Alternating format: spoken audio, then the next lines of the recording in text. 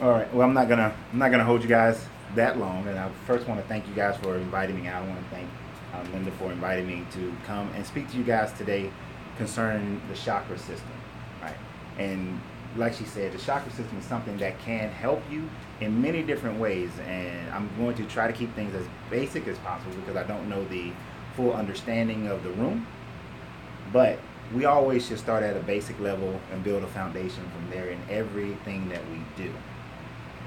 So first, Linda, she introduced me as Coach Lorenzo Reed. I do go by Coach Renz, and she is one of my better students, and I appreciate that. One of my better clients.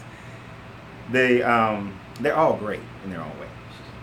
So let me not make it seem like anybody's less than. But uh, what I do want you guys to understand, we give you a basic background on myself. The first background on myself is this: don't take anything that I say without you going back and doing your own research. Just because I said it doesn't make it right. I learned a very hard lesson when I was 12 years old that by parroting what other people say without actually going back and researching it for yourself can embarrass you, can make you repeat things that's not true, can make you do things that is out of sync with who you are as far as the spiritual being that you are. So definitely after today, I want you to go back and research everything. Okay? So even the stuff that sounds good, even the things you agree with, still go back and research it. Don't just accept it. All right? That's the first thing about it. Second thing is my journey. And even though it's very long, I'll make it very short. At 9 years old, growing up in Marietta, Georgia, I began to question a lot of the things that I was reading in the Bible. A lot of the things that was being said, I didn't find them to be accurate. And as I discovered the library, I discovered that there was a lot more, that there was a lot more to uncover, that they weren't telling us, that they just didn't know. In most cases, they just didn't know. But then I realized that there were other people who knew, and they knew how to utilize these things. And then as I traveled around the world in the Marine Corps and got to see things, got to go to Kemet, Egypt, got to go to the Vatican, got to go to Israel, go to where's that? I went to Saudi Arabia, went to Mecca. I went over and to India to go and see things for myself and to learn things that were counter to what I had grew up believing, that there was a lot more to it. And there were tons of similarities. And then there were symbols that are all in front of you. And I'm going to point out a couple of symbols as we go through this that are in this room that you may not even recognize. One, I'm going to use one immediately, and that's the picture behind me. This picture is perfect for talking about chakras. Because chakras, in the basic sense, it's like a river. It's an energy of river that flows up your body, starting at the base of your spine. Now, there are many chakras within the body. One person has tracked 237 of them. But we have 7 main chakras. 7 main ones. And those are the 7 that we're going to focus on today. To give you a little bit of a biblical background or aspect to it, I want you to think about this. And if you have questions at any time, please ask. I can talk all day, but I like question and answer. All right? Most of you guys may have known or heard about the story of the woman with the issue of blood, right? Now, nobody knows what the issue was, but the story says that she touched the hem of Yeshua's garment and she was healed, right? That's the part that most people focus on. There's a small part that people don't think about. And that's the fact that he said he felt the power go out of him, right? What power is this? That was my question I was around 12, well, I was around 11 when I asked that question and got kicked out. But I was like, what's the power? What is this power? Now, most people just say, oh, that's the Holy Spirit, or that's just the Spirit, that sort of thing. But then in Mark, he healed a man. He said that the power moved from him to the other man. What's this power? What's this energy? Now, we know scientifically that energy moves. We know that we're all composed of energy at the molecular level. We have protons, neutrons, and then they're surrounded by electrons. All that's going to make sense in a little bit. But we know that we have energy. We know that energy moves.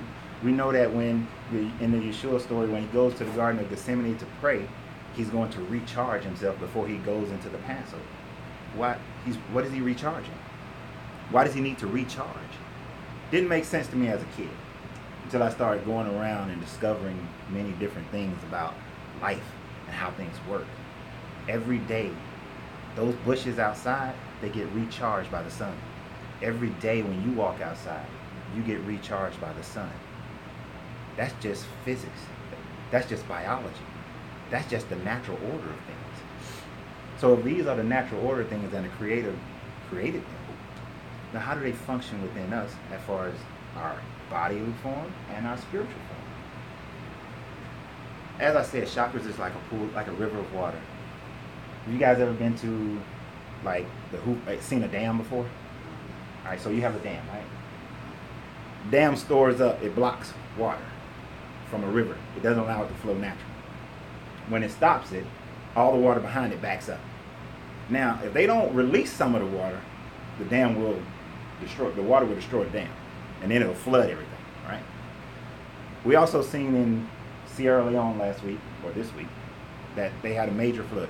Well, we may not, because the media is not going to give you, that doesn't take any money out of anybody's pocket in America, so you might not see that on there. We see everything else with Charlottesville, but we're not going to see those people suffering in Sierra Leone. But monsoon rains come in, it floods everything. The water, there's too much water in the river, everything floods, buildings are destroyed, that sort of thing. Your chakras is like that.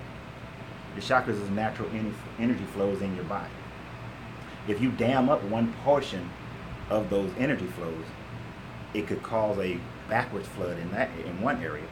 But if you release it too much and flood your entire system, pretty much gonna go crazy. All right. There's a circle of people. When it talks, when the Bible talks about Mary, the Mary who had 7 demons pulled out of her, there's a section of people who are not of the, I'm just going to parrot whatever people have been saying over and over again, to understand that her 7 chakras were opened. Not that she had to have something pulled out of her. And as I was discussing earlier with Dr. Free, if you look up the word, you do the etymology on the word demon, it comes from the Greek word daemon. The Greek word daemon means protective spirit. It means genius. Back when I was growing up, I don't know how y'all are, when I was growing up, if somebody was like, had mad skills on a basketball court, they was a demon on the court. You know, that's what we used to say. I don't know what y'all say. That's what we used to say. But the word was changed. You know, as the Catholic Church grew, the popes grew in power, they changed words. They changed things. So I'm more of the sort to go back to what things originally meant, instead of sticking with what we want to believe that they mean today. So we're going to talk about our chakras. And like I said, the chakras are like a stream of water that goes through your body from the base of your spine up to the top of your head. If any one of them are blocked, then the water doesn't flow, right? Or maybe a little water flows. See, if they're completely blocked, your body will shut down. If any one chakra is completely blocked, your body will shut down, right? Now, scientists and doctors don't fully understand it, but there's a hospital in China that does, and they've been healing people of cancer and tumors by just using chi energy, what they would call chi energy, and chanting. But these people have to get ready for months and months and months to be able to do it. But they get it. They understand it. There's another chi master who understands how he can heal people with his touch, but he has to build up his energy to do it. And I watched a video of him lighting paper on fire. So he's doing something, right? I watched him heal some people. So there's something else going on. So what's that something else that we can understand it better for ourselves? Well, the most common way is to understand the chakra system. So we have these pools of water, spinning pools. That's what the diagram that you guys have. And for you guys on YouTube, this is what they're looking at. You don't have one, but you'll be all right. So what you're looking at, and like I said, I want to give you guys a basic understanding today, and then research it, and we can move forward from there. Because, and another thing you should know about me is that when I got to Egypt, I discovered what is commonly called the Hermetic laws. These are 7 natural laws of how everything functions, right? We have, people today talk about the law of attraction. You know, I just want to think about it. If I think about the check's going to come in the mail. If I think about the healing's just going to happen. All I got to do is just think about it. I'm sorry, it doesn't work that way. It doesn't. I'm not trying to burst anybody's bubble, but it doesn't. Because if you were feeling bad, if you were sick, you may think about, I need to be healed. I got a headache. Let's do something simple. I have a headache. So you think about the fact you have a headache. You then think about what? How you can get rid of it, right? So then, after you think about how you can get rid of, so how would you get rid of a headache, young lady? Me now, before I would take an aspirin. Okay, so you would take an aspirin. But now I know it's more of what I'm eating. All right. I got a headache because I didn't have enough, maybe iron. So you didn't have enough iron. So yes. what you eating? So then what do? Go get it and eat it. You go and eat it, and then what happens? I feel better. You feel better. In the Hermetic, that's called the law of cause and effect. So you have a headache. It's the cause is the fact. The effect is actually the headache. Right. The cause is your lack of nutrition in your system. So then you go and do something about it, which you go and get the food. That's called the law of vibration, by increasing your action to go do it. After you eat it, now your body moves itself up the polarity scale. The law of polarity meaning that there's headache of tremendous pain and there's zero headaches. So we're just going to call it pain. There's pain, there's joy in the physical form. You're over here on the pain side. You go and take the action, it moves you along the scale up to the side of no pain. So many people don't utilize the full laws to do anything in their life. And you can do this in everything in your life. Like every aspect of your life, you utilize this. It's just a way of thinking and a way of acting. Your chakras work the same way. Everything in your life. So I was telling you that so that you can understand that I believe in giving practical application of everything.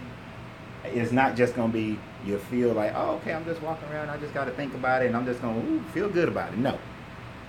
You apply this to your life, all right? So in every example, every chakra, I'm going to briefly mention how you apply certain aspects of things in your life, all right? And so the first one, we're going to just start with your base chakra. The chakra system comes from India, so all of these have Indian names, but I'm not going to call them by those because we're not in India, and we speak English, so we're just going to call them English names. So you have your base chakra. And your base chakra represents stability and foundation. So like I said, if this was the chakra system, that base chakra would be up here. All right? This is your foundation. This is your security. This is where you feel safe. So when you're not feeling safe and secure, you feel like you're on rocky ground, is because you may have an issue with your foundation chakra. Now if you look at it, the thing that blocks it is fear. Right? And the foundation, the element is earth. Now, Linda mentioned how you meditate. There are certain positions for meditation, and this one is sitting, and there is a vibration for it, and that is the word lamb, and the color is red. So what does all that mean? What does all that matter? All right. So first, let's look at fear. We know that fear is a thing that can stop us from doing most things. You can have so much fear in your brain that the reality of the fear in your brain is far less than the fear of the real world. Right? I have dealt with people.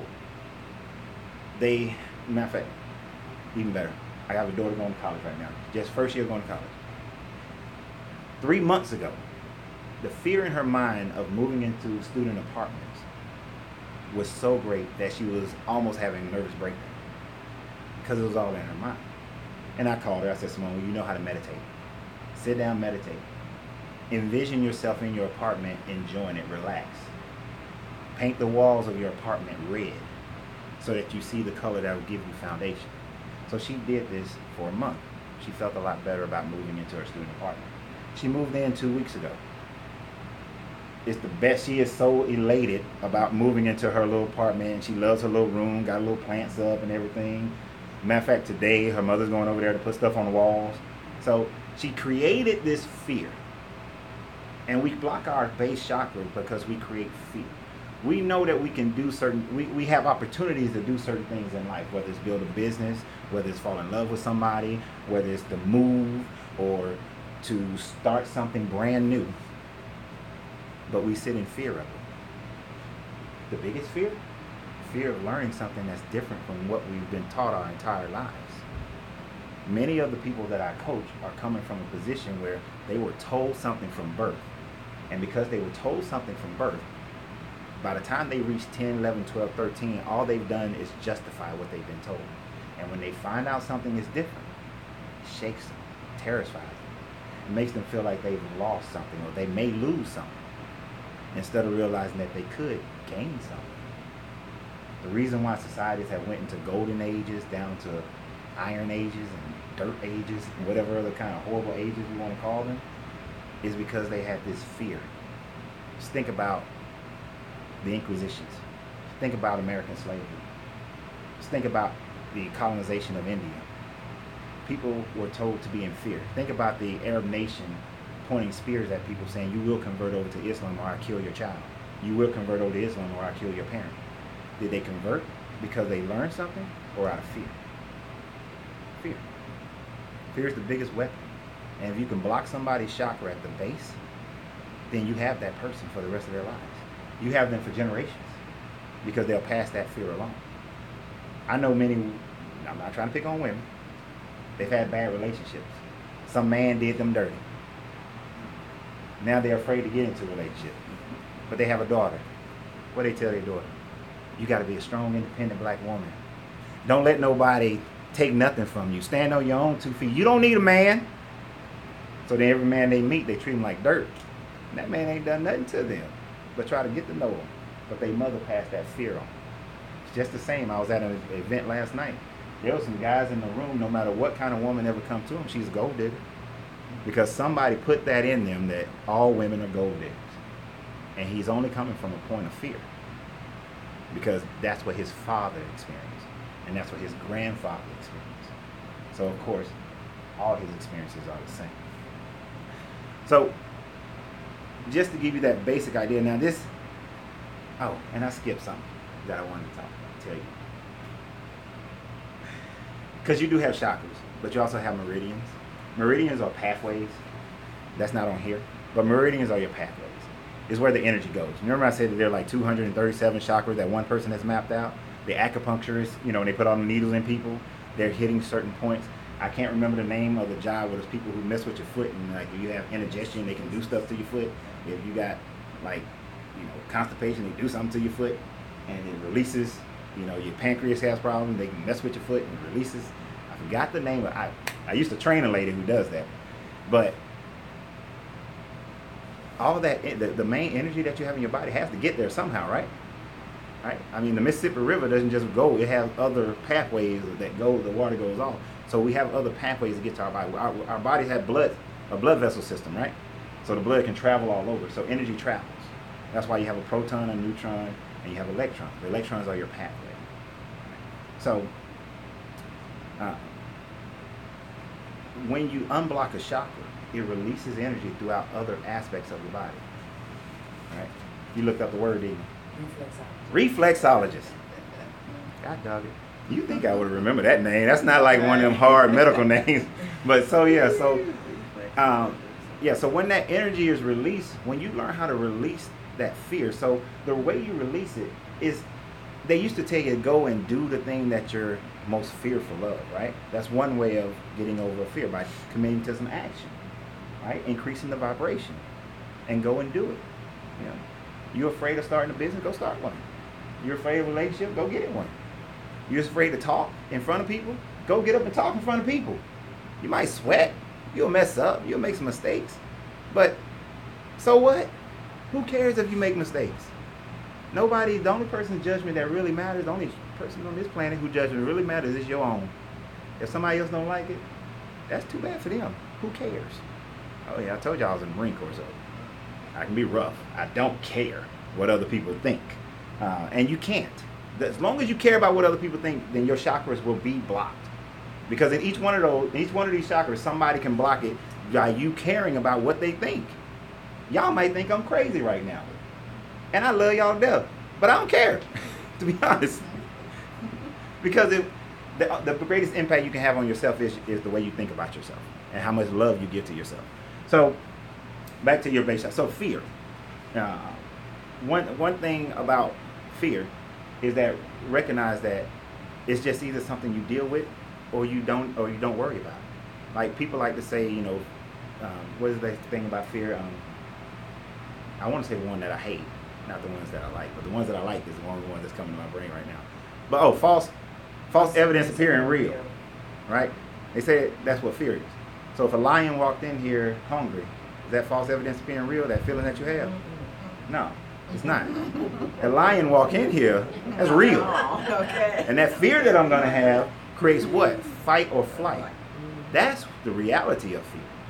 So fear, the acronyms I like, is face everything and respond, or forget everything and run.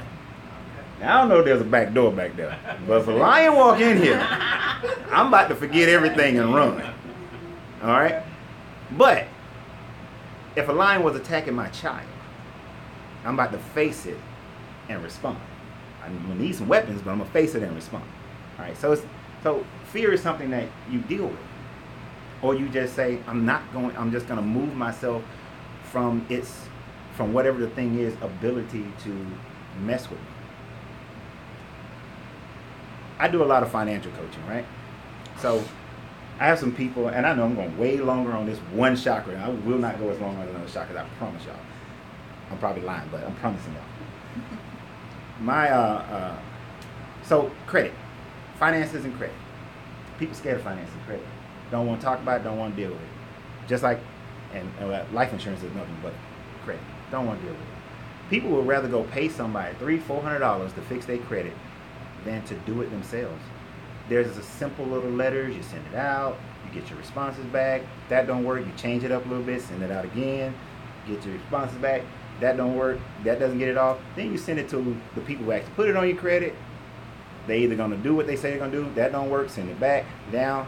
If they don't do that, then you send them you go to the court, file against them in small claims court, as long as it's under $10,000. The lawyer can't show up for small claims court. They're usually not going to show up. You win the judgment, send the judgment, and you win off your credit. It may take you 5-6 months to do it, but it's that simple. But we're afraid and we won't do it. That's what fear does to you. So we got people walking around with bad credit for no reason. You know, we do. And then there's other simple little things of fear. My neighbor got a new car. My neighbor got a house. She got a nice jewelry. He got. Well, I don't want people to think that I don't have. So let me go overextend myself. And now I'm spending more money than I actually have. Fear got you into that position. We may say envy, we may say jealousy, but fear got you into that position where now, and it's all in your foundational chakra, is where that fear is living at the base of your spine. So when you sit and meditate, focus on that area. Focus on being free. Start using what Napoleon Hill liked to call accurate thinking. Right? Think about things accurately and you get past the fear. Think about things for what they are and you get past the fear. Because most of the fear is made up in your head. Okay? So I'm going to leave the fear shot. Yes? What's red? Why is the color red? Why is the color red? Right. That is a very good question, to which I have no answer for. And if I don't know something, I'll tell you. I'm not one of those, like, I got to figure out and make up some stuff. But what you'll find is that the chakra system follow the colors of the rainbow. Oh. Right? They're going to be the 7 colors of the rainbow. Red is, from my understanding, is just the foundational color. I have no idea. Red means so many different things, though. Red can, it can make, psychologically, red makes you passionate. Psychologically, when you guys drive down the street, notice every fast food restaurant, they use reds and yellow. Red and yellow, for some reason, make you hungry. You want to eat when you see red and yellow. That's why they all use it. It's a color psychology. The color of money is green, color psychology. So I don't know why it's red. That's just what some dude or woman long time ago figured it out. And that's one thing I never researched. But because you asked me that, now I'm going to have to go research it. And I will get back to you as to why it's red. Okay? I would say aura, because that's the first thing that people see about you. One of my favorite Red, when you colors. see red, it's eye-catching. Mhm. So I would assume, it's just my thought, that it would be aura. I don't know. But I would have to find out how it correlates to the fact of Earth. Because people can see your fear. They automatically tell who they can take advantage of. But if you have a strong foundation, then it's hard for people to take advantage of it. And that is very true. If you're not operating on the fear, people can't. They can't take advantage of you. Because you see things for what they really are. You know, I was fearful of being alone, so I just married a woman real quick, and that was like one of the worst things I ever did in my life because I ain't want to be by myself, and I felt like my kids need to see me married again. Fear, and that was. She's a good woman, just not good for me. So nothing against her, just wasn't good for me. It's a rough 4 years, still recovering from it. You know, and that was. I ain't seen her since 2014. So, but such is life when you make decisions out of fear, right? So it's something, and this is not like, oh, okay, I'm free of fear. It's never gonna happen again. Yeah, it will. It's a constant. That's why you stay in constant prayer, right? You stay in constant meditation, is because you constantly got to regenerate these things and keep things flowing. Because life is gonna throw you something new every day. Every day something new is gonna come. So it's better to know how to accurately deal with it than to sit here and not be able to. So we're going to move along. Because like I told you, I can be long-winded. So your next chakra is your sacral chakra. Now this one, most people don't even ever want to talk about it. Because it deals with sex.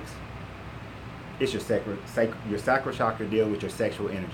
But it's so much deeper than just the act of sex. And definitely deeper than what people put in their mind as a gratuitous actions of sex. Now, just to hit everything that's on your paper right now, sacral chakra is sexuality and pleasure. What blocks it is guilt. The element is water. This position for sitting is sitting, and the word is vam, and the color is orange. All right. Your sexual energy. I know this is the second time I'm going to mention Napoleon Hill, right? Do you guys know who Napoleon Hill is? He wrote, his most famous book is called Think and Grow Rich. Most people who are wealthy in the world have claimed that this was one of the most instrumental books of their life. It's basically, people will take the law of attraction. When you think about it, you get it. So if you think about it, whatever you think about long enough is what you'll receive. It's like they took a portion of that. Now, if you read his book and actually read it, you'll recognize he talks about all the natural laws. And if you read, because he wrote these in the 1930s and 40s, you know, he couldn't be as direct. So he had to lace things in there, because the world would have tore him down if he was talking about the Hermetic laws at that time. They wouldn't know. They would have been like, oh, you're a devil and you're going to hell for talking about stuff that came out of Egypt or came out of the Greeks or India or anything like that. You know, so he had to like lace it in there. But one of the things that he does in every book he has written, every book, he talks about what's called sexual transmutation and the masterminding of a husband and wife, right? Basically, he says that no couple can be as great as they possibly can be unless they have a sexual mastermind with one another. That if you have a husband that's not treating his wife correctly in that area, or you have a wife not treating the husband correctly in that area, their ability to accomplish things and to grow spiritually, mentally, to grow financially is deeply hampered. I don't care. So basically, it's if you made $1 million, but you have a bad relationship in that department, that means you could have made 10 million. Right? So who cares you made $1 million? You could have made 10. So whatever you're doing right now, if your sacral chakra is blocked, you're not doing as much as you can be doing. Right? You're blocking yourself. You know how they say blocking your blessing? This way you're blocking your blessing. Because that sexual energy is the most powerful energy that you have when it comes to creating anything, to building anything. This is why he talks about transmuting it, about moving the energy up. I left it in my car, but usually I wear an ankh. Do you guys know what an ankh is? Everybody knows what an ankh is, right? Right. Not trying to start anything, but it's the symbol that the cross comes from. Right? So before there was a cross, there was the ankh. The ankh is an Egyptian tool. Many people, it's a symbol, but it's also a tool. It's a tool of energy. If you take an ankh and you place it on the end of a triangle, so you take the little tuning fork, hit the tuning fork, it'll reverberate, let's say, a minute, right? If you place an ankh on the back end of it and you hit that tuning fork again, it's going to last for 3 minutes, 4 minutes, 5 minutes, 10 minutes. It'll last much, much longer. You know, depending upon the materials that it's made out of, but that symbol, that tool, reverberates and recreates and makes energy last longer. Yes. What material would you recommend that the ankh be made out of to best accomplish what you just suggested? Copper. So the Egyptians carried it, and one of the words that you may, when you say my rod and my staff, the rod was the ankh. All right, the rod was the ankh. If you go back to the culture of that time frame, the rod is the ankh. So you walking through that valley, you need your ankh. Yes. I have a question about the copper, because you said it's made of copper, and I know a lot of people say copper has more healing or abilities. Or Yes, it does. Copper helps heal the body because copper can it stores up energies and allows the healing properties to work longer and more effectively. So. And it's also in your wires.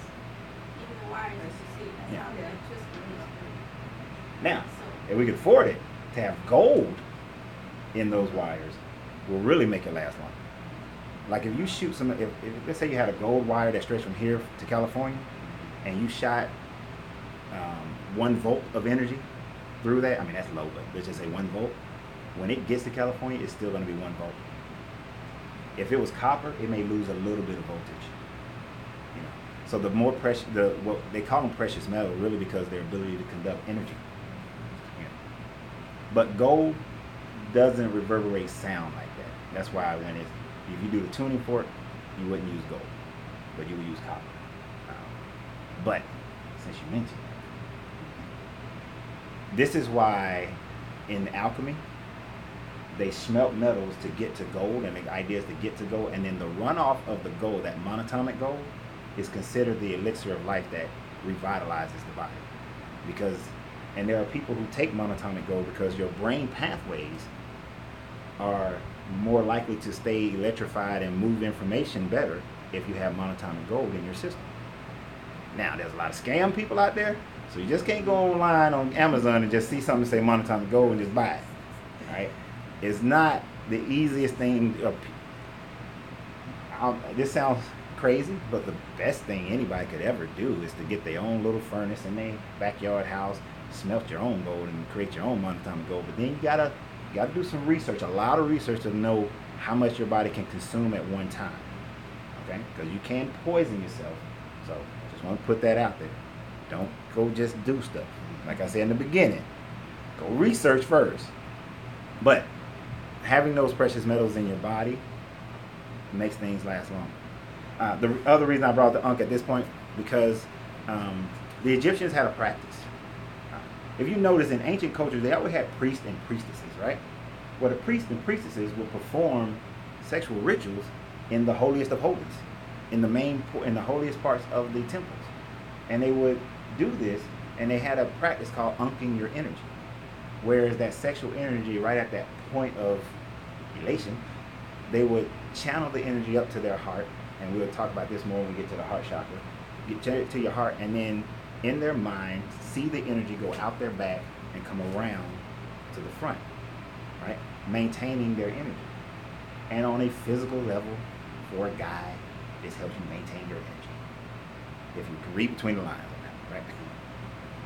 But for a couple, when I work with couples, I teach them this because there's a way for them to share their heart energy better and become more devoted to one another by sitting in what's called a yab-yum position, which is just cross-legged over each other, holding each other by the heart, and then have that energy circulating with one another. And if you think I'm crazy, when my daughter was born, the doctor said, put your daughter's, take her shirt off when she was a baby, take your shirt off, put her heart on your heart, and sit there and breathe with one another. And you'll have a deeper bond. And me and my girls have a very deep bond because I was able to do this with them. My son, I was working all the time when he was born, so I didn't get to do it with him. So our bond is not as deep. Now my kid's mom didn't believe the doctor, so she didn't do it with our first child. So she for a while didn't have a deep bond with our first daughter. She had a mother-daughter bond, but it wasn't as deep as mine. It was to the point that I don't think she used the word mother until she was like 3 years old. She kept calling her daddy, right? Until she was like 3 or something. She could say all kind of other words, like consequence. I make sure all my kids understand the word consequence. It's like the first word they learn. But with our second daughter, and with my son, oh, she was every day doing it because it works, because you're sharing energy, and you're sharing that heart energy. But if you're not, but uncing the energy. Now, what blocks it is guilt. It's guilt. This is why many sex therapists, when they're working with couples who are having sexual issues, they'll find out what's their guilt point. When therapists are working with women or men who've been molested, they try to, what do they often talk about? They feel guilty, as if it's their fault, as if they did something wrong, because that guilt will block you. Right? Now, I said earlier, if you have a monsoon rain, it can flood and destroy, right? So a lot of people who suffer through some type of sexual molestation, they either let it block them and they don't do anything, or they have monsoon rains and they just free flowing it out there, right? Because they want to be numb to it. This is where you have to maintain control of the flow of your energy, right? But if you're experiencing whatever you feel guilty about, forgive yourself. And it's not about other people forgiving you, it's about you forgiving yourself, right? So the moment you begin to forgive yourself for everything that you've done in your life, for every aspect of life, then you start to unblock that chakra. Now you will become a better person. Money is easy to use because money is easy to count, but the most high performance people in the world all have what we would call high sex drive, right? They have that because their sacral chakras are unblocked, right? This is a common thing. Anytime these people have been researched, that's one of the things they all discover, right? I just watched the movie Founder. That's the movie about Ray Kroc, how he built McDonald's into what it became. Right? An interesting point of that movie that most people probably didn't notice is that his wife could not support his realistic dream of building McDonald's into this huge corporation. She couldn't deal with it. She was like, when's enough enough? Isn't this enough? And he couldn't grow beyond a country club membership because of that. So he got rid of her because he met a woman who believed in his realistic dream. And we have McDonald's. Right? That was a defining point in his growth, is when he was with that woman. Right? And that ain't the point. Now, of course, humanly we'll say, oh, he was wrong for leaving that woman, the one that was with him all them first years up until he was 55 years old, and he left her for this other one. But he couldn't get where he was at without that one. And now the only thing we know about Ray Kroc is he built McDonald's. Right? So that's another thing about why you hold on to guilt. That's why I brought that up. Why you hold on to it? Because did anybody know that about Ray Kroc? I never knew until I watched the movie. Nobody, and then I went and researched and found out it was true. Nobody knew that, right? Because you will hold on to something and feel guilty about something, and nobody cares. They've moved on. It's another news cycle. Charlottesville, Virginia, in 6 months you won't even be talking about it no more. The only time we talk about some of these black men who've been killed by cops is when the anniversary comes up or somebody else gets shot. But you don't see people walking around talking about Trayvon on the daily. Just when the anniversary comes up, that's when we talk about it. We might talk about Charlottesville when something else happened, but people are already starting to forget about it. So why are you holding on to some guilt? You hold on to guilt that you not had 30 years ago. You let that nonsense go. Forgive yourself and move on, and know that you have greater value, and keep moving. So we're gonna keep moving to your next one, which is your power chakra. It's very lightly written in there, but it's because this is in color, and so each one of the names is in the color of the name. But so your power chakra, this is in your stomach. This one represents vitality, self-esteem. It's blocked by shame, and the element is fire. That fire in your belly, right? You lie down when you're meditating on this one, and the word is Ram, and the color is yellow, right? Now, power chakra. That fire in your belly. Here's one of the main things I want you guys to understand about your power chakra. Now, we have our brain, right? We have our heart, and we have our stomach. Medically, we have, we got all our brain, our synaptics and pathways, right? All the neurons for our brain. Doctors have found that we have similar neurons and pathways in our heart, and we have some in our stomach.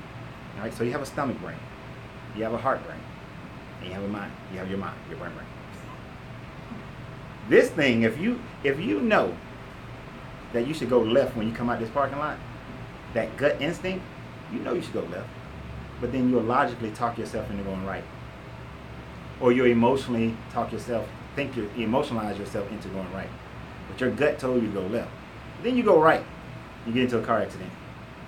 Or you get pulled over, have a ticket. Or you wind up getting into a whole bunch of traffic, you're late. And he's like, I knew I should have listened. It was right there. Listen to your gut brain. When you don't listen to that gut brain, you find yourself in the worst condition. I've done it. And I like to use the left and right one, because I went right when I should have went left, and I got pulled over and got a ticket. And then the government had some bad paperwork on me, and I wound up being in jail for 7 days before they could figure it out that they should have never put me in jail. All right? Because I got a family member with the same name as mine. So he got bad paperwork. And they thought it was me. So I had to spend 7 days. Now, if I had went left, I wouldn't have went that way. Now, of course, some people are like, well, it's good you found out because now you got to clear it up. It wouldn't matter. That joker's still out there doing crazy stuff. It's the 3rd time in my life that I've gotten in trouble because of him. All right? Because they pull me over, think I'm him, and then they like, you got this and that. But shame will block this chakra. All right? So, and shame is not what other people put on us. Shame is when we disappoint ourselves. When you've done things and you know that you should have been better, or you could have done better. Maybe you didn't think through it. Maybe you emotionalized it. Like, I know people get in relationships is so easy as well. You get into a relationship. You know that dude ain't no good for you. You know that woman is horrible to be in your life. But you met him. Y'all had a good time the first time. He had some more good time. You start to say, well, she all right. I know that she kind of inconsiderate. Or I know, he kind of junky and don't know how to clean up. Or, I know she bad with money. Or whatever it is. I know he this, You'll emotionalize it and excuse all these things. You know better. Your gut is telling you to. And then when the relationship ends horribly, who do you blame? You blame yourself, really. You feel shameful of it. You don't want people to know. You're not put it all on Facebook. This is my baby. This is my honey. This is the best thing in my life. I love him. I love me some her. Oh, God now sent me my husband, my wife. You not put it all on Facebook. Now y'all not broke up. And now you're embarrassed. Now you got that shame. Now the thing about it is that you blame yourself. So you got to stop blaming yourself. Right? You got to stop blaming yourself. You can't blame yourself. You got to let it go. You say, it's a lesson that I learned. I'm going to move on. Because I know that my worth is much greater than that.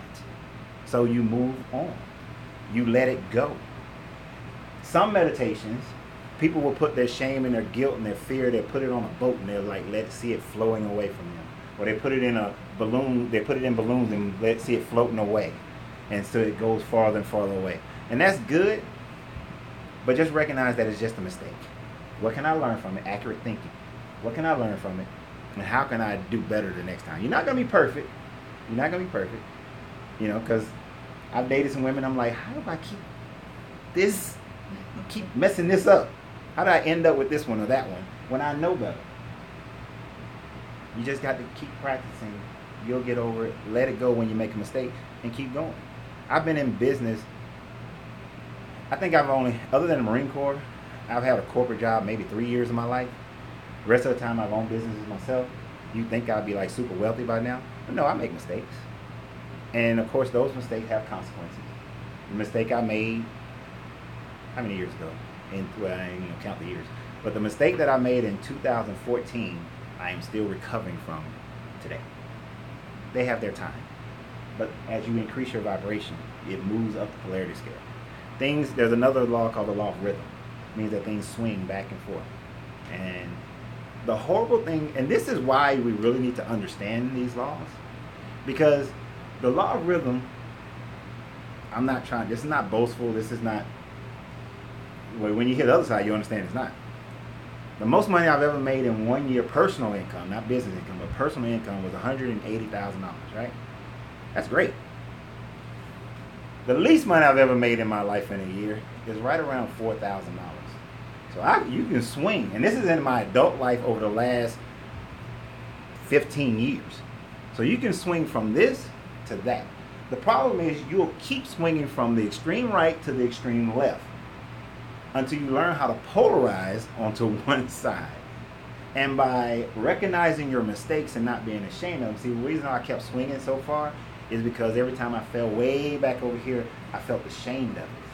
I felt ashamed when I had $27 in my pocket, got a wife, got 3 kids, got a father-in-law, all living in my house in Florida, and I don't know how to pay them. So what does my brain start thinking about? I can rob that dude who's leaving that convenience store because he walks out the back door every night, especially on Thursday with his bank deposits, and he goes out the back door. It's dark back there. There's no cameras. There's a garbage can right there on the right-hand side. The reason why I remember this vividly because it keeps me from making stupid decisions because I planned out how to rob this man. At one point in time, my kid's mother, she worked at a company, I ain't gonna name the company, but she described to me how, and I was in one of those swings. I was to the left. She described to me how they process their money and how their accounting works. I was like, you know what? We can steal $100 million in 1 year and then move and go to an extraditionary country, and then we can wash our money by 5 different times and we'll be clean. And they wouldn't know for 3 years. I had it all figured out. So since her boss, her vice president boss, was a friend of the family, I went and told him how somebody can steal from her to prevent myself from convincing her that we need to go ahead and take this money. So those swings can mess up your mind. It can have you doing things that's out of character. So we have to really, that's why self-esteem is vital. Your vitality is important, but your self-esteem. Another reason vitality, because this is your stomach. What goes in your stomach? Food, nutrition, vitality. It's very important what you're eating. I'm not perfect in my eating, but there are certain, I don't eat scavengers, right? I shouldn't be eating meat at all, but I keep trying it. It just ain't working. I did good like 2 weeks ago. I had a good 5 days. But then, yeah. So, but the self-esteem part, you have to recognize this is where your self-worth is.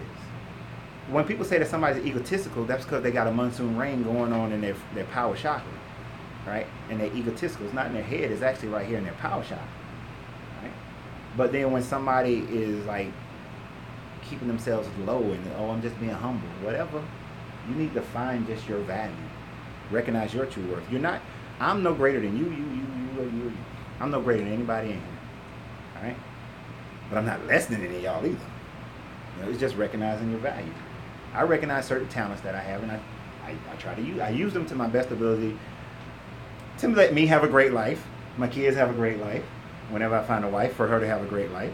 And if other people get some runoff, some spillage of, I told you got the other pathway, somebody else gets spillage of that, that's great, that's awesome. But I'm taking care of this first, my own self-esteem. So moving right along. We're going to go to your heart chakra.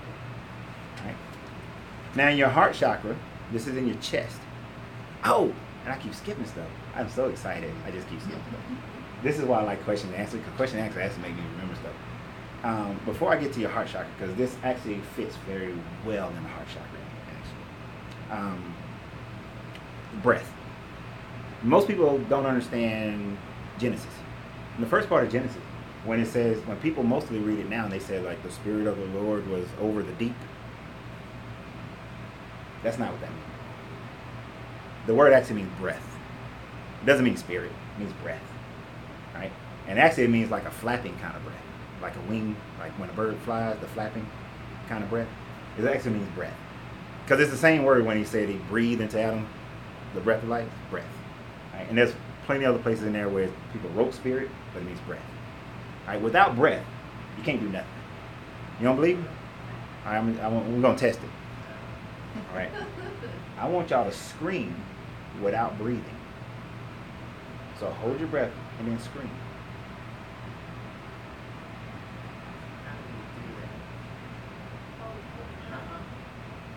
You can't. No, that's breathing. You have to breathe in order to scream. Like, how can you? In order to do anything, you have to breathe. In order to create, you have to breathe. When we were talking about the sacral chakra, the reason why it's the most powerful because this male and female energy. You have to have male and female in order to create. You can't have. Can you have a baby without the egg, dude? Can you? You can't, right? No. Gotta have the egg, right? Male and female. Gotta have that creation. The reason why that sacral chakra energy comes up to your heart energy because when you have the male-female sexual energy of creation hits breath in your chest, in your heart. That's why it unks out. You need that breath. That's why all creation has the two, male, female, and breath. You got to have it. All right? So that's why in the heart chakra, your element, okay, so the heart chakra, it takes care of your love and your creativity. It's blocked by grief. The element is air. That's why the element is air. And I'm going to throw you another little something. I'm trying to keep this basic, but it's hard for me to keep things basic. You got water was your element for sacral chakra, right? All creation has water. Starts with water, right? When you're birthed, the woman's womb has, they called it water, right? Everything comes from water. In the world of Christianity, you have to be reborn in what? Water, which is why Baptists fight with everybody because they say you got to be totally submerged and that sprinkling stuff, right? So creation has water and air, right? Because creativity also involves love. Now, in our basic understanding, we think about love. People lie most of the time. Talk about they love everybody. I don't love everybody. I'll tell you right now, I don't. A lot of people don't love. But you should. You should at least have a basic love for everybody. But we get blocked from that basic love because we've lost love, right? We've lost some love. When I was talking about how, we poison the next generation out of fear, is because most of the time we've lost some kind of love, right? So, yeah, I was married to my best friend. I lost that love. So now it's hard for me to have that best friend. Well, let me not say now. It was hard for me to allow a person to come into my life and be my best friend because I didn't trust it. Because I had lost it before. But I had to recognize that I had it, I lost it, but I have to be open to it. I have to be open to it. Do you know how many women I've met that after they've had a few relationships or a long relationship and now and don't get mad at me and I don't care if you do, they in their 50s or 60s and then all of a sudden like, I'm just good all by myself. I don't need nobody. I got my church, I got my card club, I got whatever other distractions you got in your life now, you're saying that. But everybody needs companionship. Everybody, and not your friends. Like, I don't want to go home to my brother, sister, my mama every night. I don't want to go home to my kids every night. No. I mean, I want them to go, get up, bro, get out. You want to come home to that person that you trust them. Like, when I'm working with somebody I'm working with somebody else, not Linda, so I don't want y'all to think it's her. But I'm working with someone else. And she's coming out of a relationship. She wants to get into a relationship. So we go through, now this, I use this for a lot of stuff. Like I said, there's so many practical apps. I have this strictly on how to get yourself ready for a relationship. And then going in the opposite direction of how you choose the person, right? So getting to that heart chakra, you got to let go of your past hurts and love, right? Even if you did a business and it failed, get over it. Let it go and recognize that you're open for another one. Because I've met people say, well, I tried to do a business, it didn't work, so I'm just never going to do it again. That's like, I bought a house, right? And it got repossessed. Oh, no, houses don't get repossessed. They got foreclosed. But the same week, my 2 cars got repossessed. So, hey, it wasn't different, right? Does that mean I'm never going to buy another house or a car? No, you go buy another house and car. You get yourself back together. You fix your credit. You fix your income. You get on a budget. You get on my either 70-30 plan or you do a 50-50 plan. You can do that one. You're amazing. But you get onto those kind of plans. You do it. Follow Dave Ramsey, whomever you follow. Get your money right. And then go buy you another house and buy you another car. You're going to do it, right? Isn't y'all got a job? If you get fired, or you just going to say, oh, I'm never going to get another job again because I done lost my job. No, you're going to get another job, right? Why? Because there's an immediate need. We don't recognize the immediate need of love and companionship. We don't recognize, I told y'all, Napoleon Hill says that creativity, that energy of creativity, that way to build yourself, that husband and wife union, that masterminding, like that's what a lot of people, they want. I'm going to form a mastermind group. if you need to have a intimate mastermind group, because that intimate mastermind group, allows you to grow as a person. I believe the Catholic Church made a huge mistake. At one point, a priest had to have a wife so that they can understand couples. But then they took that away and we see the results. In the Jewish community, right, from ancient times to today, I'm just going to put that out there like this. Take from it what you will, because that's a whole nother talk. In order for you to be called rabbi or master, you had to have a wife. No one would have called you or respected you as rabbi or master if you didn't have a wife. So Nicodemus wouldn't have been talking to somebody if he didn't have a wife. So you got to have one, because they understood that connection that you have to have. So you had love, you've had many loves, you've lost them. Open yourself up to new ones. That's how you unblock that chakra. And you may lose it again. Open yourself up again. It's a repetitive process, a constant recharging. But go through your steps. Now, learn from each one. Stop dating the same type fools. All right? To some women, I am the worst guy they could ever date. They should recognize that and flee from me. Please. Wait. But you should. I'm sorry. I was supposed to be serious. So, your throat chakra. Now, if you notice your throat chakra, it also says communication, but it also has creativity, right? It's blocked by lies, and I'm going to tell you what kind of lies in a minute. The element is ether. The position is sitting, the word is ham, and the word is ham, and the color is blue. Notice that everything else, the first four elements, earth, or you can call it dirt, earth, water, fire, air, all elements on the earth, right? Ether. Now we're talking about an element that is not of the earth. It's the material of creation. Ether and the others above it, we're talking more spiritual now. Okay? So what this represents in this scale thus far is that we first work from an earthly plane, from the physical, or some people like to call it this third dimension. Once you get your heart right, your heart chakra right, now you can start touching the spiritual. And first spiritual is the spiritual inside of you, the goddess of God inside of you. Not big G's, little G's, right? But the one inside you. Because if that one ain't right, the other one can't hear you. All right? The can't hear you if the small ones inside you ain't right. So you hit that heart. Now it's time for you to start working in the spiritual plane. And many people think that they are, but they're not. It's all something that of thought. Right? But one of the reasons is because of the lies they tell themselves. What blocks your throat chakra is the lie that you tell you. Not the lie that I tell you. Not the lie that Linda tell you. Not the lie that Dr. Free tell you. I'm bad with names, so those are the names I remember right now. But it's not those lies. It's the ones you tell yourself. The ones you tell yourself about yourself. Right? It's the lies that tell you, that keep you in fear, that keep you in shame, guilt. It's those lies. Those lies will keep you from being able to communicate, and it brings down your creativity. Now, what does the Bible tell you? That life and death is in the tongue, right? Creativity is in the tongue. They say speak things into existence. We know these are popular phrases, right? There's a reason why. Because 5, 6, 8,000 years ago, that's what somebody was already saying. Before they said it, they were telling you that if you want to create something, you have to speak it into existence. You have to have sound.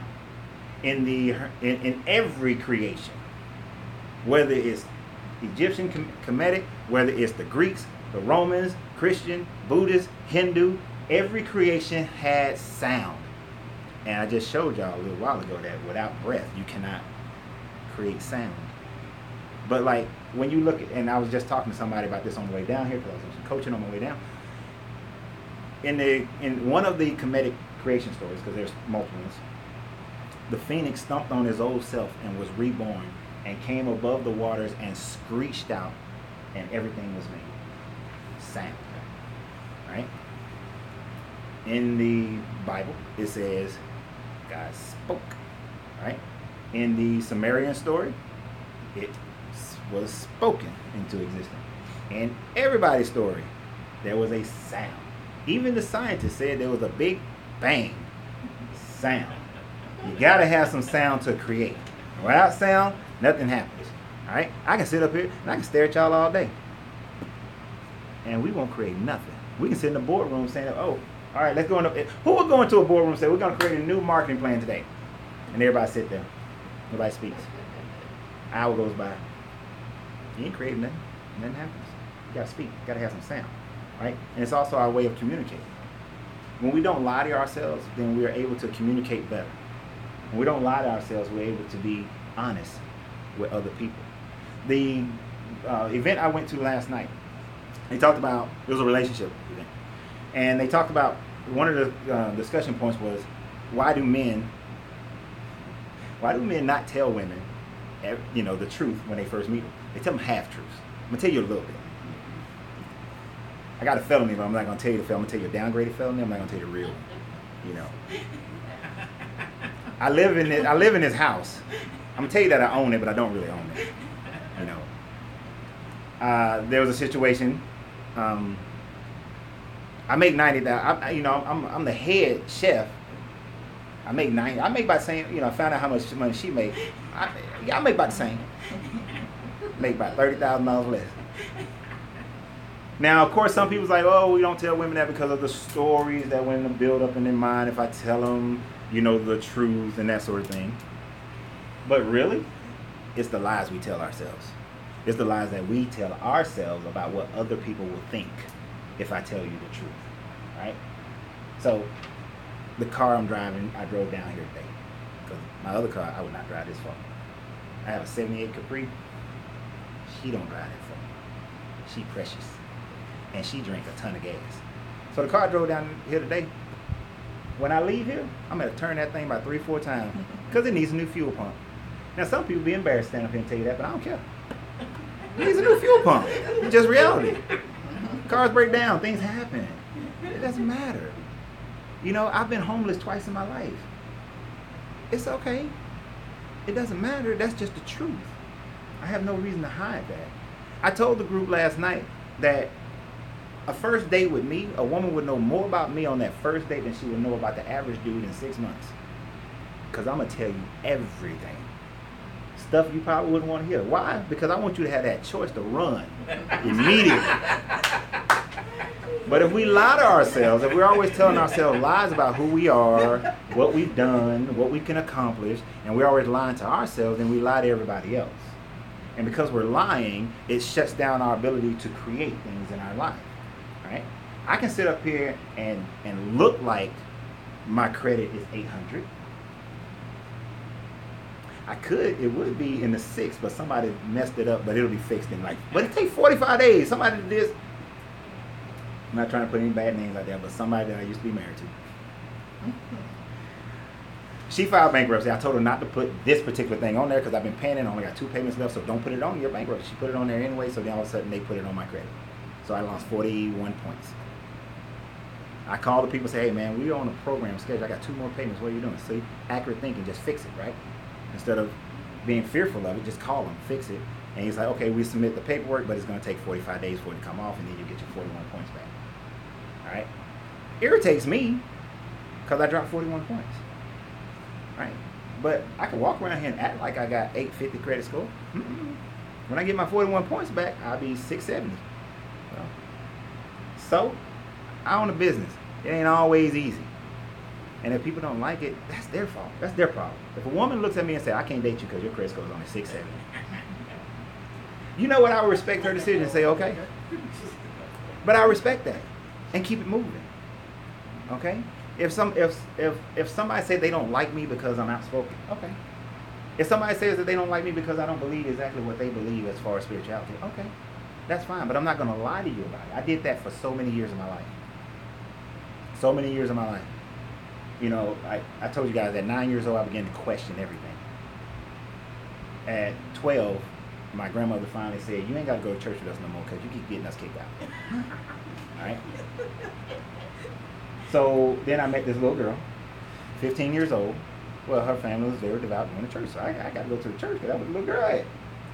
Wound up becoming my wife. So I kept playing the role. I became a deacon. I became the chairman of the deacon board. I became a youth minister. I became all kinds of stuff. Went to other churches, started business ministries, did all kinds of stuff up in there. But I started recognizing I need to tell these people the truth. So when I went to the church and they wanted me to become the youth minister, I told myself, okay, I don't mind doing it because I know you need help, but you need to understand this is what I believe, and I'm not going to lie to you. When I started the business ministry, I told them, I said, I don't mind doing it, but this is what I believe. I'm not going to lie to you. Now, the fact that they still decide they want to let me do it, that's fine. But don't expect me to do what you do, because I'm not, right? I'm not going to do what's against me in order to make you happy. I'm not going to lie to myself. Right? So, you got to stop telling yourself these lies. Now, we're almost done. I'm getting there. I know I'm way over time. I'm sorry. So, now this next one, I'm going to tell y'all something right now. This next one is terrifying to most people. This is the one, y'all have heard it, your third eye. Everybody's heard of your third eye for the most part. Well, most people have heard of your third eye, right? Oh man, I wish I should have brought some visual aid for this one. But there's a visual aid in here that I can use, and y'all probably don't even know what's in here. But for your third eye, this is your vision. Most people who come in America will commonly understand my people will die for their lack of vision. This is what he was talking about. He wasn't talking about having dreams of, angels coming down and talking to you. He's talking about your third eye, right? And in the Hermetic, there was a group of Christians that were murdered called the Coptic Christians. They read a book called the Gospel of Thomas. In the Gospel of Thomas, the Yeshua is talking tons about your single eye being clear. In the Bible, the canonized, it talks about your single eye being clear, right?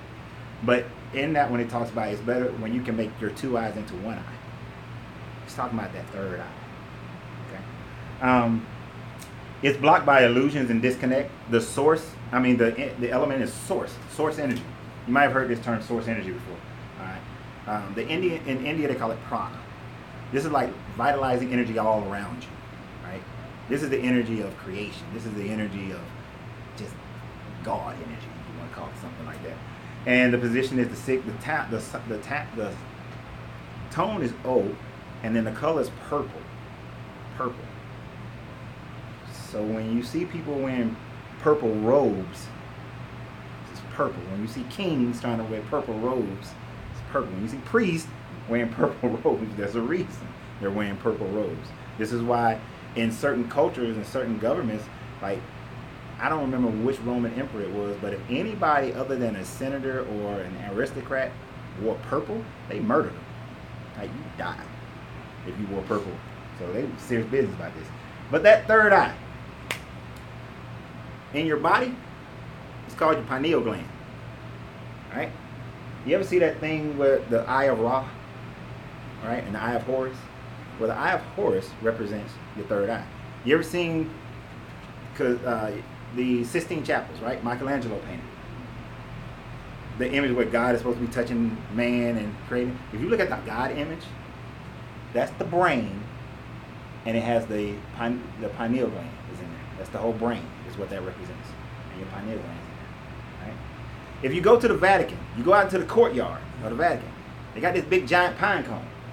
The reason why they got a big giant pine cone looking thing is because your pineal gland looks like a pine cone. So they got that in there. If you look at a lot of the staffs that they carry, they got a little pine cone little symbol in there because it represents your third eye. If you look at the bottom right here and right there, you got a little pine cone looking thing because it's representing your third eye. Okay? If you look at a caduceus for the medical symbol, you got the two serpents coming up, then the wings of Mayat, and then you have either a circle or you got a little pine cone. Third eye, going up the spine. See, the medical symbol is actually the same as this. So I was gonna wait for the end for that, but I'll tell you now. So third eye. The Germans, when the American troops came into Germany and freed, and this was so when I lived in Germany, they tell the story. American troops come into Germany. They go to the encampments where they was, the Holocaust encampments, and they seen that they had all this fluoride right next to the water system that they was given to the Jewish people or the black people or the handicapped people or the gypsy people, because there's more than just Jewish people in there. They had all this water in there. that had fluoride. And they would say, well, why are you pouring this fluoride? Why are they mixing fluoride with their water? Fluoride is a poison, right? If you look up rat poison, the active ingredient is fluoride. So the Germans said that we figured out that fluorides will calcify their pineal gland, make them more docile, easier to control. After that information was discovered, America started putting fluoride in your water and started having dentists say that you got to have fluoride, it's good for you. How and when is a poison good for you? I'm not understanding that. But it calcifies your third eye. It diminishes your ability to have vision, right? When you go to sleep, DMT is released in your brain, which causes you to have visions. We call them dreams, right? When you accomplish something, dopamine is released into your body, which makes you feel good about that accomplishment. It comes from your pineal gland. And there are other chemicals that are coming out of your pineal gland. They don't even know it yet. They don't even know what it is. Right? At the moment that a person is at near death, not death, ain't nobody coming back from death. Right? Near death, because at one point in my life, I was going to be an anesthesiologist. Because when I was 16, I saw that they got paid real well. I was in it for the money. But when I was studying it back then, they said that anesthesiologists understand like the first 3 to 4 levels of death, of consciousness, but then there are like multiple levels below that. So near death, we still don't understand the full thing of the conscious separating from the body, which I hate using the term death because I don't really believe that death doesn't exist because the energy never stops moving. But anyhow, at that point, tremendous amounts of DMT is released in your brain when a person is in a near-death situation. Hence, I went and I saw this and I saw that and I saw this, and then when they come back, it's like, oh, I went and I saw heaven, or I saw hell, or I saw my grandmama, or I saw. You had DMT released in your brain at a tremendous amount, which allows your consciousness to see beyond this reality. Right? This is why you have people in the spiritual community who they'll use DMT. They'll get some DMT, they'll meditate, get themselves together, use DMT. You had the Native Americans here before, the colonists came over.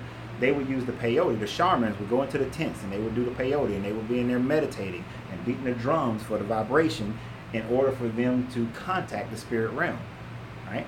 Because it would release that into their brain so that they can have their visions. So your vision is there. Now this DMT is not only for spiritual accomplishments. This DMT, this pineal gland, is for you to have a vision of how you want to build your life, right? How you want to see yourself, what you want to attain, how you want to grow, what you want to have. If you can't have visions, then you're going to do whatever society guides you into doing. Now you are a ship without a rudder or a sail. You just floating along, and wherever the waves cast you is where you're going to wind up going. So we have to be able to release this. Now, I don't use fluoride toothpaste. I don't drink water. The reason why I said I want it, because purified water through osmosis. I'm not drinking your fluoride water, right? And I know it's other things. Eating certain meats can calcify your brain. Eating too much meat calcifies your brain, calcifies your pineal gland. It's hard to get clean meat, but this is why the Jewish community is so, and the true Muslim community is so concerned about how their meats are done. And what do they call it? Like when the meat is done and a priest bless it, but it got kosher. This is why they're so big on kosher, and for the Arab community, halal. They're so big on it because they got to make sure it's done a certain way. This is why people try to eat fruits and vegetables that haven't had pesticides and things like that on it, because they're trying to keep that pineal going. I mean, they think they're just doing it for health, but it also keeps that pineal gland open for you. But this is also in the spiritual world where we connect with source. Right? When you can connect with source energy, that's when you can create. That's when you can really make things happen. That's when you can make what the Matrix said, that somebody was born inside of it who can make the Matrix into whatever they wanted it to be. That's when you can make the world into whatever you want it to be. People thought that Will Smith kids were crazy when they said that I can control time and create my own reality. That's all they were saying. An understanding of your pineal gland and being able to do it. But in all those instances, that symbol is all around you, right? Everywhere you go, you're going to see it. And all the symbols are around you. I mean, when we was down in the Sacral Chakra, I could have talked about the fact that we have the, what's the Washington Monument, right? It's a phallic symbol, right? Yeah, it represents penis. Okay? That's all it is. That's what it represents. That's why you'll see one in Washington, D.C. You go to London, you'll see it in London. You'll see it at the Vatican. All the places of power, you will see that symbol. And usually they're surrounded by a circle, which represents the female. So you got the male and the female. And then usually there's a reflective pool representing as above, so below. We have the power up in the astral plane. We have the power in the earthly plane. It's the same symbology everywhere you go. Now the Vatican don't have pool. It's not sitting in a pool, so you can reflect that. But then there are water springs around it. You know? So it's the symbols. There's one movie I love, but it talks about how the symbols are everywhere, and they are. They're everywhere. They put these symbols in front of you every place you go. But most people just don't recognize it. That Buddhist temple that's down the street, they got pineal glands all over the place in that place, you know, because they recognize what it is and what it's for. All right. And the last chakra is your crown chakra. This is where your intelligence and awareness is. The thing that so unblock your third eye, stop taking fluoride into your system, and meditate. And don't be I'm not telling you guys to go and take DMT or do peyote or do anything like that. But if you choose to, just do it responsibly. You know, like alcohol is not one. Like, so they'll give you alcohol, they'll give you cigarettes, right? But they'll make illegal the things that can help your pineal gland and help you have vision, right? But just if you really, really, really got to be focused on your diet and your nutrition and your breath and all those things to get a good release of it in your brain naturally.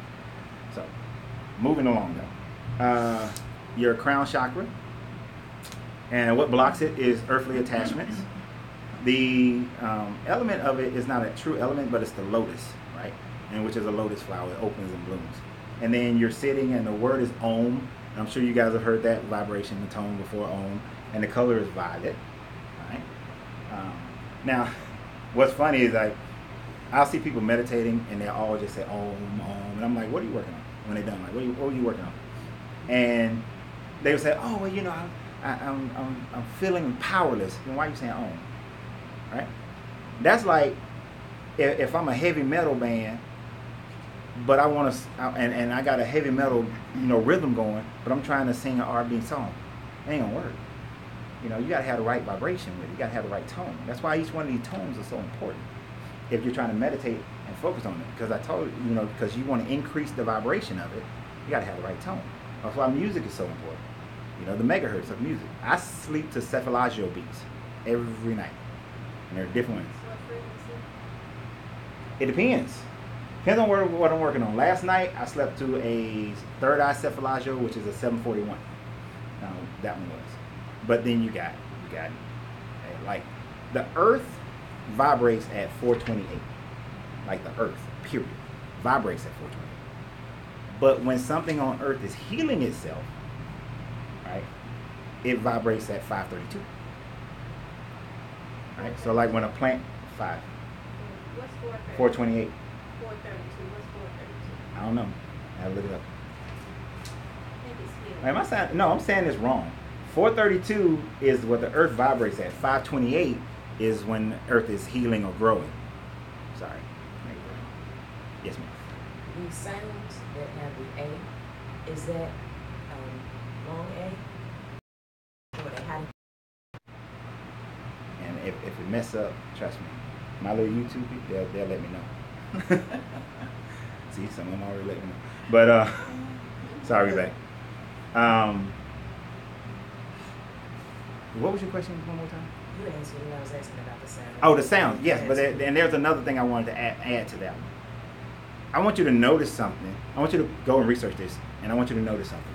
In the name, the actual name from the culture that any of the, you know, the Jesuses and Muhammad's and all the names of gods, they all have the ah sound in it. You got Yeshua. You got Yahweh, Yah, Jehovah, Allah, Buddha. They all got the Ah. Brahma. They all got the Ah. Alright? In a higher level of understanding, and there's a meditation, there are Ah meditations. When you are truly looking for that connection, and you get past, but you got to, and the reason why I'm bringing it up, because you got to get to this part first before you can truly access the Ah meditations. The hardest thing about unblocking your crown chakra, now, first thing is you got to unblock all these other ones before you unblock your crown chakra. You can't be blocked in your heart, blocked in your power chakra, blocked in any chakra, and think your crown chakra is going to open. It may be spitting a little water up there, right? Remember talking about water flowing? You see how this big raging water up here, but a little less down here. See, and before you can get to this big pool of your crown chakra, but you might be spitting a little bit, little contacts here and there, but then most of it is just your mental brain thinking that you're talking to God, but you ain't. That's why I love when people say, oh, God told me that I need to go do such and such, right? And then they go do such and such. Oh, well, he just had me on assignment, and I just had a lesson that I needed to learn right then in that moment. No, fool. You told you that you need to go do that. You emotionalized it. You lied to yourself. You did whatever you did. You reasoned it. And now you're trying to reason what it really was after the fact. I can go and tell you how the Falcons got out-coached in the second half of the Super Bowl. I knew they was going to get out-coached. It hurt my feelings. Because when Belichick was going into the locker room, they said, so, Coach, what adjustments are you going to make? He said, if I waited to halftime to make adjustments, then we would have already lost the game.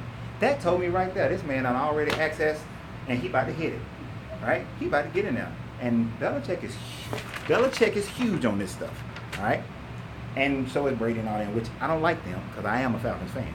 But when he said that, if you was at the Super Bowl party I was like, we done lost, y'all. We done lost. And they was like, what are you talking about? I said, watch. You didn't hear what Belichick just said. We done lost. That man's already ahead of the game.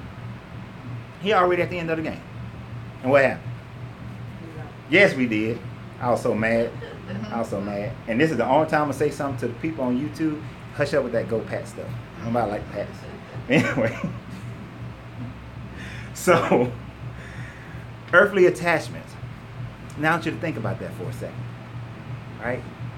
To unblock your crown chakra, that means you have to let go of your earthly attachments. That means that you can't be so earthly attached to your house, your job. Now, I just told you in your heart chakra that you got to have that mastermind connection with that woman, right? Or that man. But you got to be also recognize that it's something that you can walk away from and let go. Ray Kroc was able to walk away and let go of it, and what happened? McDonald's happened. Because he walked away from an earthly attachment. Because society, especially you think about the time frame that he was coming up, you get divorced, they want to shame the heck out of you and make you feel tons of guilt, right? So you not block your sacral chakra and your power chakra if you allow society to make you feel shame or guilt for getting a divorce. But then he married another woman. Of course, in our society today, if you leave a woman who was with you while you was coming up and then you go off and marry this woman, then our society says that, oh, you should be ashamed of yourself. Black man going to marry that white lady after that black woman who was with you. And no, none of y'all know what was going on in their relationship. We don't know if that woman was holding that man back. We don't know what she was saying at home. Do you know when I first started the company that I have right now, that the woman I was married to 6 months into the company kept saying, when you going to give up? When you going to quit?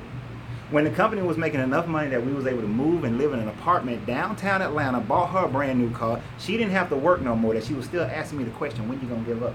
When you going to quit? How do you think that affected my psyche? That every time I would go into work, I'm trying to build this thing even bigger, but I can't. Because in the back of my mind, I got when you going to give up, when you going to quit. That extra pressure, negative pressure of when you going to give up, when you going to quit. So when I come home, do you think I feel like being romantic to this woman? Do you think I felt like coming home? I would stay at work and do work that didn't need to be done, that I had employees to do that work because I didn't want to go home. When I would get home, I would then just say, hey, how you doing? Eat something. And I'm like, I feel like I would know that by the way she was dressed that she wouldn't feel like going nowhere. I think I want to go for a walk. Because of that I had at home. And what did I do? I made some stupid decisions. because I got this in my ear. But when my customers found out that we got divorced, y'all was such a great couple, so perfect. I don't understand it. Y'all was building this business together. How did this, that, and the third? Because they don't know what was going on at home. They had no idea what was going on. When me and my kid's mother broke up, my family was distraught. I had one cousin who broke up with her longtime fiance because she said if y'all can't make it, then there's no way we can make it. And not that she's a bad person, because she's not. She's wonderful. But we had one issue, but that one issue was big enough that it drove a wedge. But nobody knew it. But I had to let go of these earthly attachments. Yeah, and sometimes letting go means you got to go through some stuff. Because trust me, both my ventures into homelessness occurred after divorcing each one of these people. But I sucked it up. I said, okay, well, homeless is homeless, but I'll just, I know I'll make it through. Because what am I not also attached to? I'm not also attached to a roof over my head.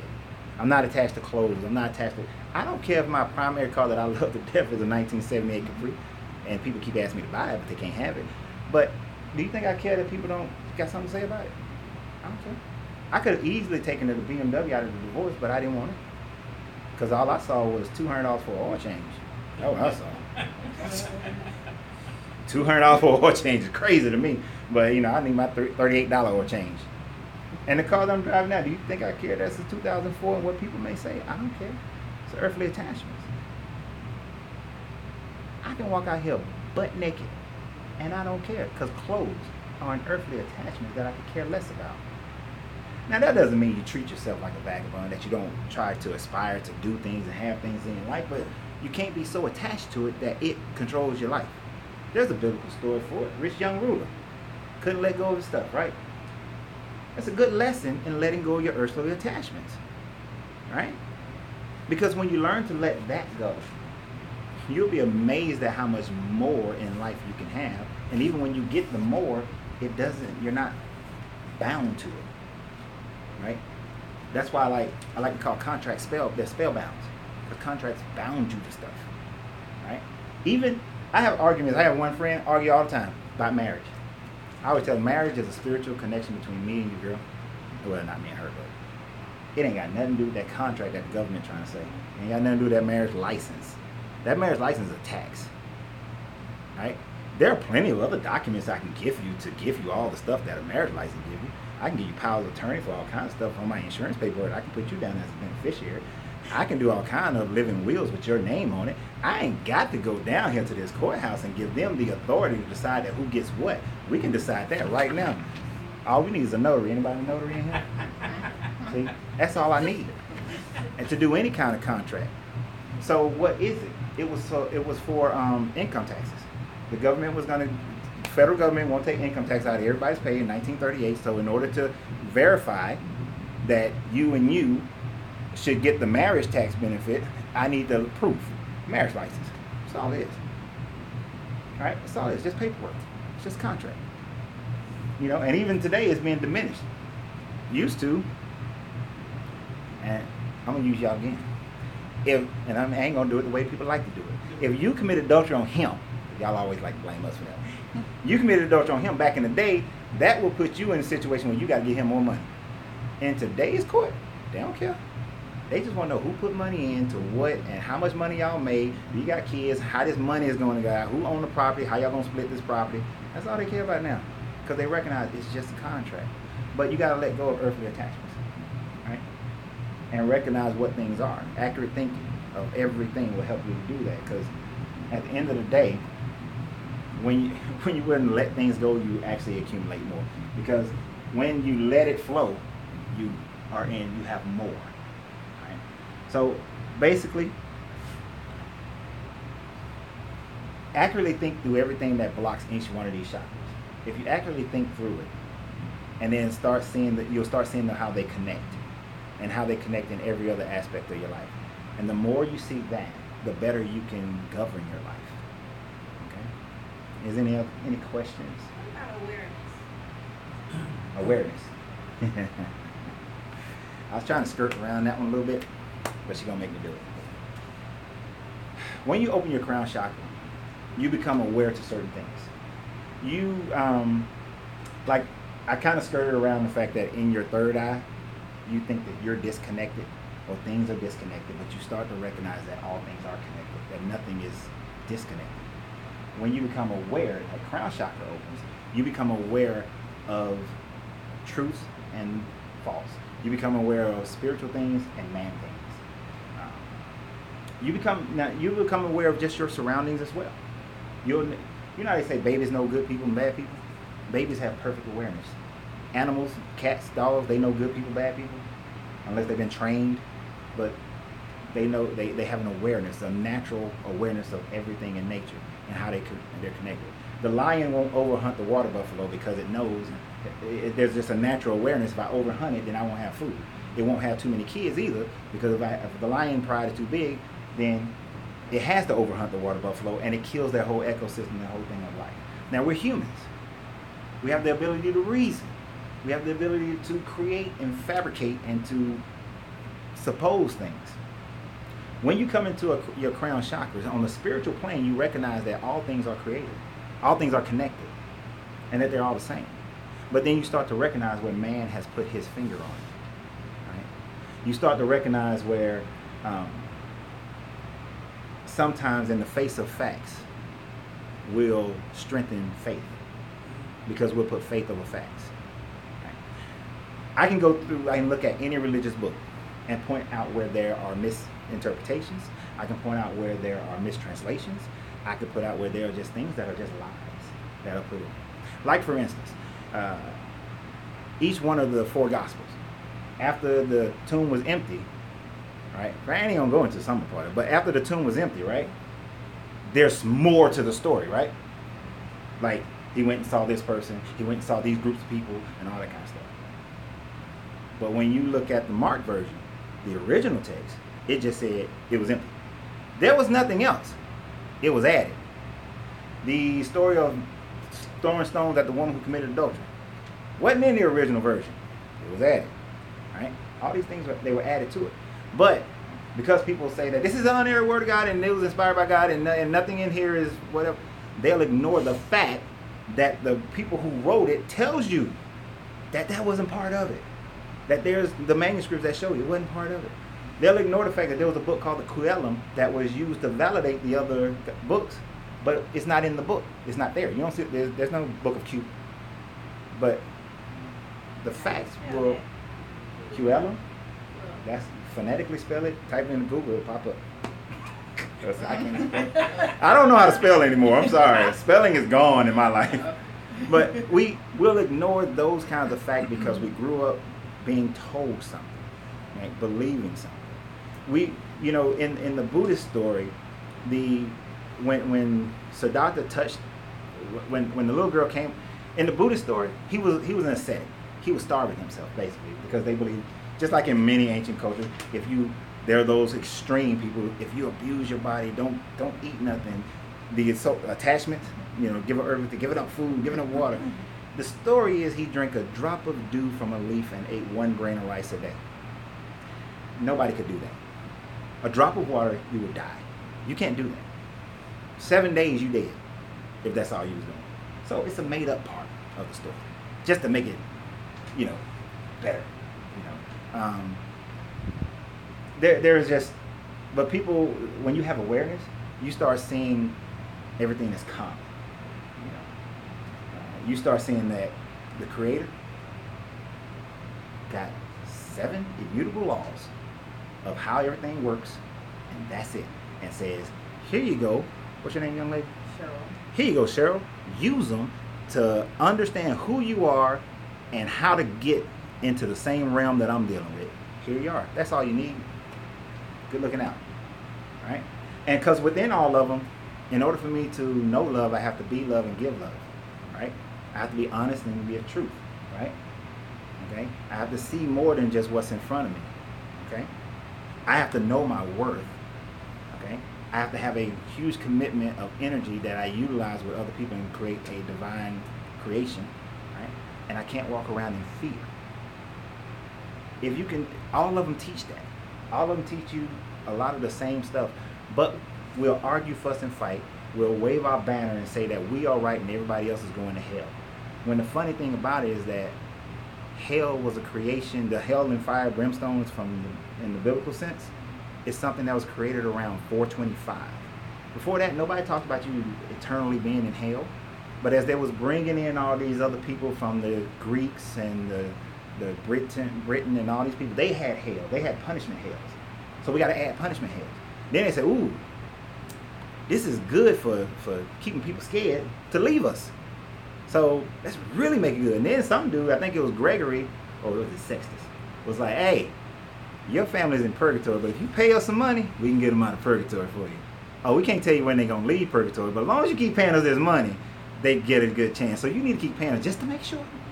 You know, so, but it doesn't matter. Now, I'm not picking on Catholics, but take a Catholic, for instance. They know that their popes did these things and that those were errors, but they'll still say the popes are in error. Come on now. Got the facts, but you ignore it. But when you got awareness, you don't ignore facts. You don't ignore what's real because the information is right there. Right? And it's hard, though. The older we get, the harder it is to ignore it. Napoleon Hill called it a hypnotic rhythm. That once you get into a hypnotic rhythm of doing something, of believing in something, it's hard to break it. And he said that when you get older, it's a book called Outwitting the Devil when he talks about this. It's a great book. But of course, if he would have released that book back in the 1930s, they would have killed him, pretty much. Literally, I think they would have killed him back then. But he talked about that, the fact that if you, I lost what I was about to say. Oh, you get into this hypnotic rhythm. Once you get to a certain age, he was saying like it's over. The devil was telling Napoleon Hill, and the devil is representing the negative portion of your brain. He wasn't saying a literal devil. He was just talking about the negative portion of your brain. He was saying that, hey, look, if you once I get people into this rhythm, once they hit about 40, 50 years old, oh, I got them. They ain't ever leave. Because I got them. I done indoctrinated them so strong that they ain't going nowhere. They mine. What he was always afraid of was the young ones, the kids, the children. The young adult, the 20-year-old who questioned everything. He was scared of them. But the older people ain't scared of them because it's hard. You know, you've been fed something your whole life. I don't know what it is. You've been fed Allah your whole life. You've been fed Jesus your whole life. If somebody comes along and teach you something different, your awareness says that I'm not. There's a part of your awareness that knows that you need to listen. Then there's another part of your hypnotic rhythm that said, no, I'm terrified to listen and I don't want to. You know, I like to tell people sometimes, and if I offend you, you'll get over it. I don't try to take away people's Jesus or Muhammad or Allah. I just try to help people to understand the trueness of it and to recognize who they really are, you know, in themselves. You Rachel? Yeah. So what's the best way to reach people who continually want to say Jesus when you know that that's incorrect?